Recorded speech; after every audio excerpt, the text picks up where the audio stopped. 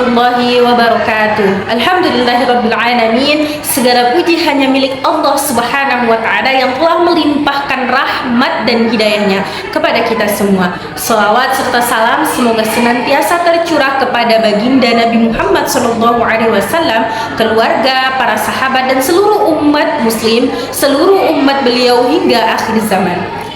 Selamat datang teman-teman di video saya selanjutnya untuk menyambung materi-materi kita yang sudah lalu.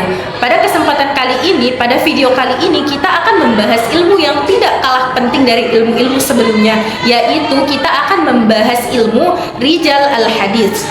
Materi ini merupakan salah satu cabang penting dalam ilmu hadis karena membahas para perawi hadis. Melalui ilmu ini para ulama dapat mengetahui apakah seorang perawi itu layak untuk kita percaya atau tidak, sehingga keaslian suatu hadis dapat dipertanggungjawabkan secara ilmiah.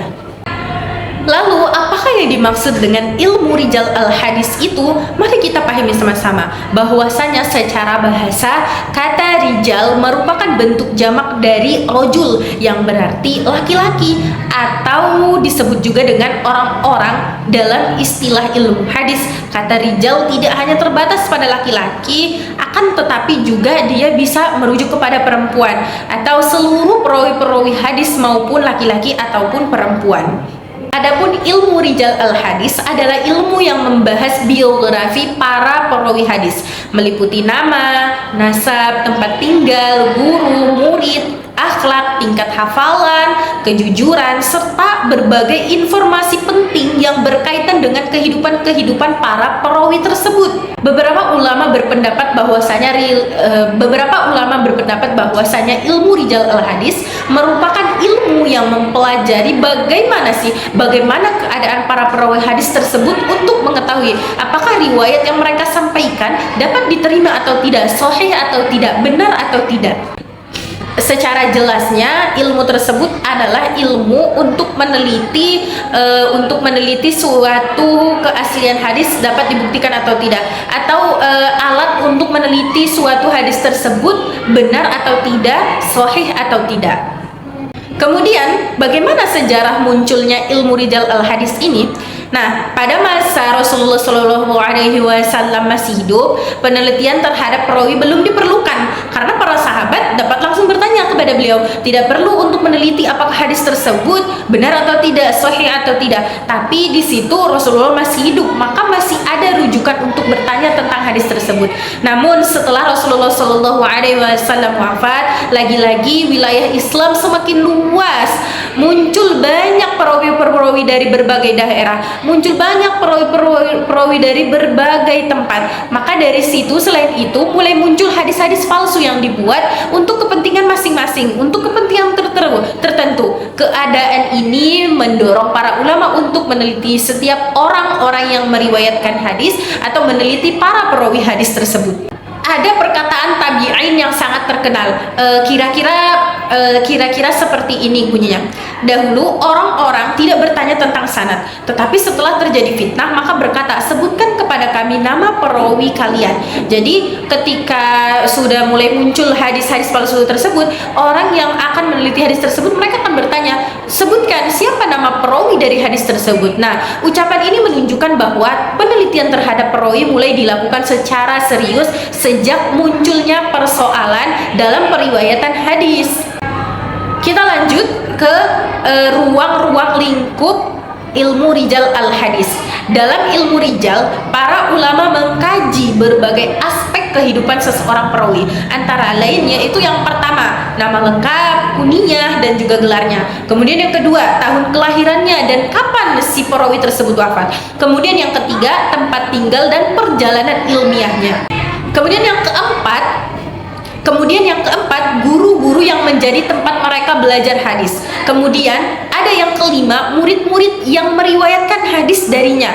Kemudian yang keenam, Yang keenam, tingkatan hafalan dan ketelitian dari perawi tersebut yang meriwayatkan hadis tersebut. Kemudian yang ketujuh adalah akhlak serta kejujuran dan integritas atau kepribadian sebagai seorang muslim, bagaimana kepribadiannya, bagaimana akhlaknya dan kejujurannya, apakah dia pernah tercela. Nah, semua informasi-informasi di atas, informasi tersebut sangat membantu para ulama saat itu untuk menentukan apakah seorang perawi tersebut layak untuk dijadikan periwayat hadis, apakah perawi tersebut layak dijadikan untuk orang yang dipercayai sebagai perawi hadis, dapat dipercaya atau tidak. Kemudian selanjutnya cabang-cabang ilmu ar-rijal. Kita selain mempelajari aspek-aspek yang di atas, kita juga mempelajari cabang-cabang ilmu rijal al-hadis. Dalam perkembangan ilmu rijal al-hadis juga melahirkan beberapa cabang ilmu. Di antaranya yang pertama, ilmu jar wa at-ta'dil, yaitu suatu ilmu yang membahas tentang penilaian terhadap seorang perawi atau terhadap para perawi. Apa sih jar wa ta'dil ini? Jar berarti memberikan penilaian bahwa seseorang perawi memiliki kelemahan, sedangkan ta'dil berarti menetapkan bahwa seseorang perawi bersifat adil, jujur, dan dapat dipercaya. Melalui ilmu ini para ulama dapat membedakan perawi yang kuat hafalannya dengan perawi yang lemah atau bahkan pendusta. Kemudian cabang yang kedua ada ilmu tarikh ar-ruha. Ilmu ini membahas sejarah kehidupan para perawi, termasuk tahun kelahiran mereka, tahun wafat mereka, kapan mereka berguru, guru-guru mereka, siapa saja guru-guru mereka, murid-murid mereka yang menyampaikan hadis yang dia sampaikan, atau serta tempat tinggal mereka di mana.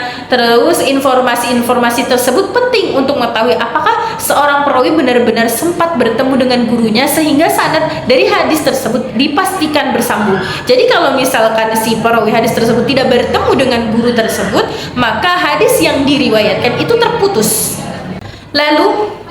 Lalu bagaimana syarat-syarat seorang perawi yang ditetapkan atau seorang perawi tersebut bisa diterima menjadi seorang perawi? Apa saja syarat-syaratnya? Menurut para ulama banyak syarat, ada beberapa syarat yang harus dipenuhi ketika seseorang perawi hadis, dan mereka harus memiliki dua syarat. Yang pertama yaitu adil.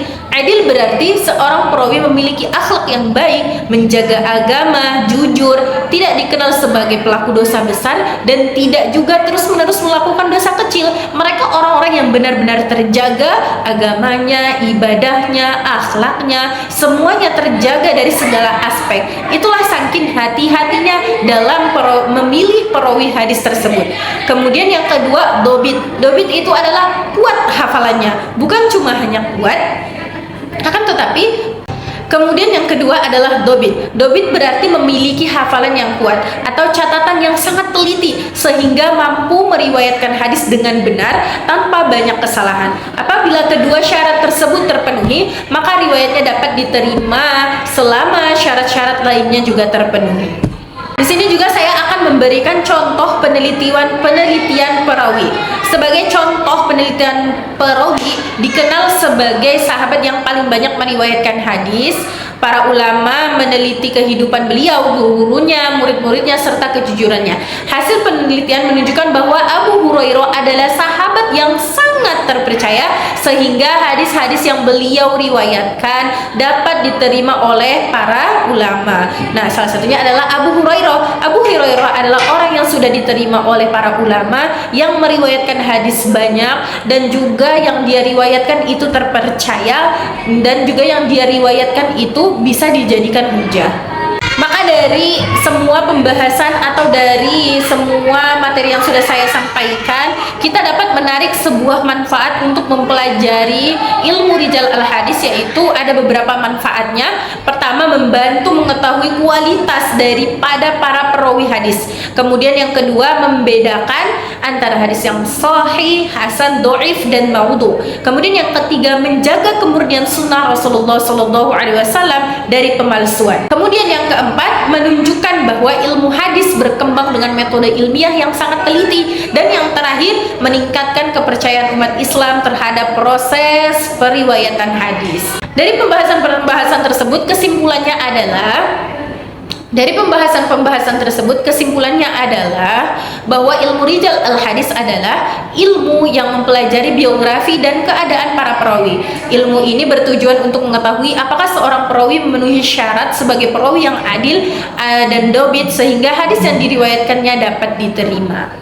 Mungkin cukup sekian teman-teman tentang ilmu rijal al-hadis pada malam ini yang bisa saya sampaikan. Semoga ilmu yang saya sampaikan ini, materi-materi yang saya sampaikan ini bisa menambah pengetahuan kita, memurojaah kembali ilmu-ilmu yang sudah kita pelajari. Mungkin cukup sekian, sampai jumpa di video selanjutnya. Semoga teman-teman diberikan kelapangan dan diberikan kemudahan dalam menuntut ilmu, dan juga Allah membukakan pintu-pintu ilmu kepada kita semuanya.